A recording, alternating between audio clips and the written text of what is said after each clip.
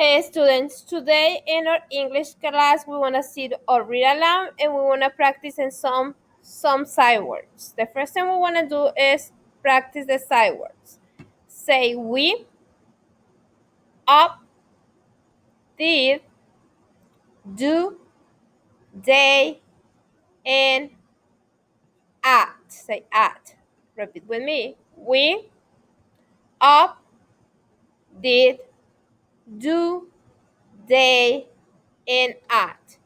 And we are going to see this read aloud, so put attention to the book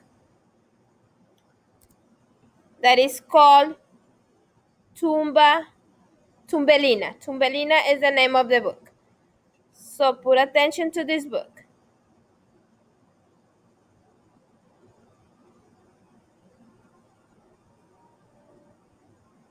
Once upon a time, there was a woman who was sad because she had no children.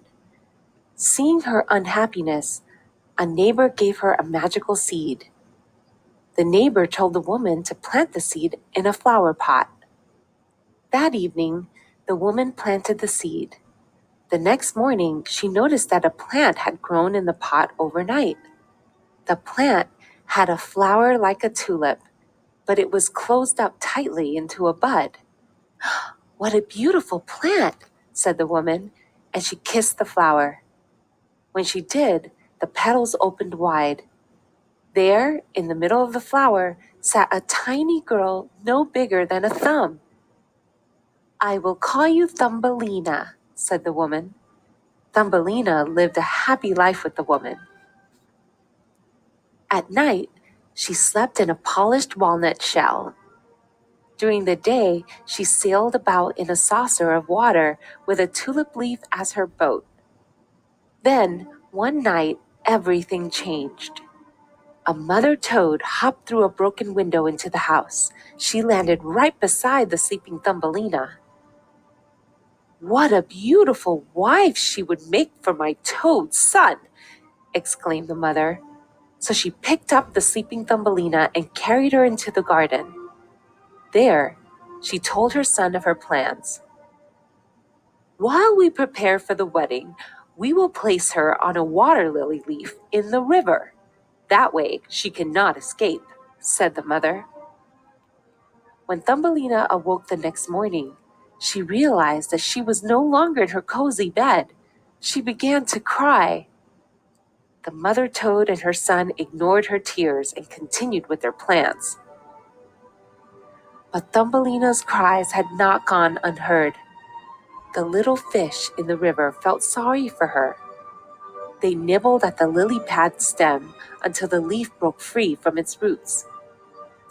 The leaf floated down the river, carrying Thumbelina with it. Thumbelina floated along. It was summertime. She ate wild berries for food, she listened to the birds chirping, and she admired the butterflies. Before long, though, summer came to an end.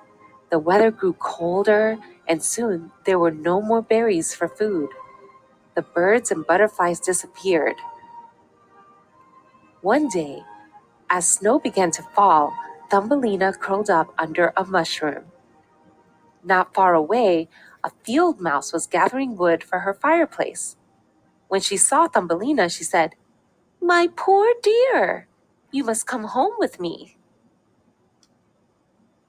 Thumbelina gratefully accepted the field mouse's invitation. She spent the rest of the winter in the mouse's snug burrow. Every day, Thumbelina helped the field mouse with her housework. When they were done, they sat and chatted before the fire. They became friends.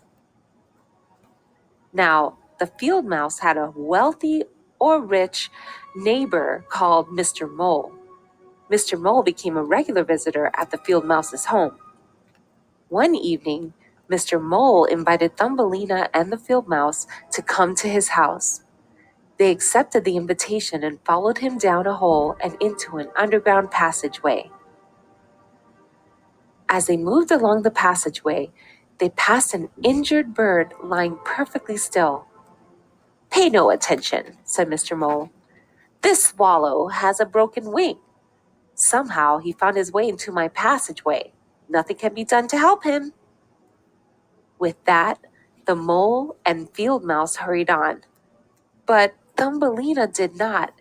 She was worried about the hurt bird, so she stayed and stroked the bird's feathers. Suddenly, the bird moved. Thumbelina promised the bird that she would return with food, and for the rest of the winter, that is what she did. When spring arrived, the swallow felt well enough to fly away. He asked Thumbelina to come with him, but she said no. She could not leave her friend the field mouse. The spring and summer months passed. It had become clear that Mr. Mole wanted to marry Thumbelina. Thumbelina did not care for Mr. Mole at all, but her friend the field mouse was in favor of the marriage. Together, Mr. Mole and the field mouse made plans for the wedding. One day, as Thumbelina sat quietly weeping in the autumn sunshine, a dark shadow appeared. It was the swallow. "Thumbelina," said the swallow, "I am flying south to warmer places. Come with me." This time, Thumbelina agreed. She climbed upon the swallow's back, and off they went. They flew for many days. Finally, the swallow landed in a lovely little spot filled with flowers. Thumbelina looked at the flower next to her. She watched the petals slowly open. There, in the middle of the flower, sat a little man with a golden crown. He was the same tiny size as Thumbelina. Thumbelina watched in amazement as all of the other flowers opened. Each flower had its own tiny person inside. The little man with the crown said, "Welcome, Thumbelina. You have found a new home at last. Here you shall be my queen." He placed a tiny golden crown on Thumbelina's head. He fastened a pair of pale wings to her shoulders. And so, Thumbelina and the king got married and lived happily ever after in the land of the flowers and the fairies. The end. Okay, now that we see the book of Thumbelina, I want you to tell me what happened in the book. So, who gives the magic seed to the woman at the beginning of the book? Who gave it? Okay, the wise old woman. Okay, good job. This story is very similar to the one that we saw yesterday about Tom Thumb.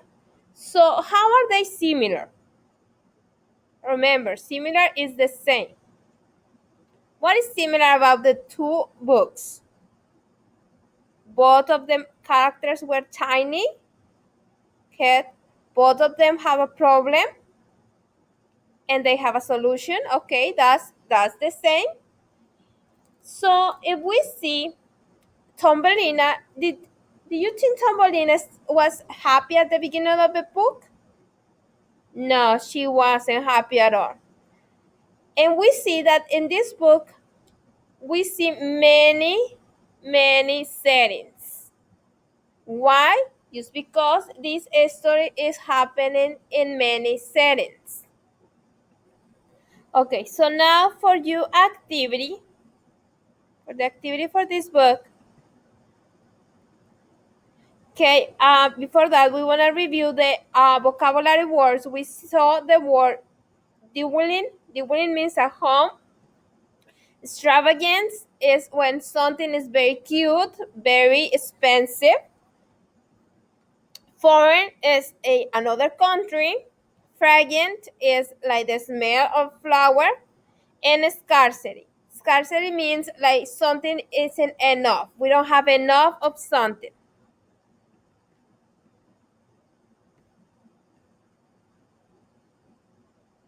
Okay, let's keep going.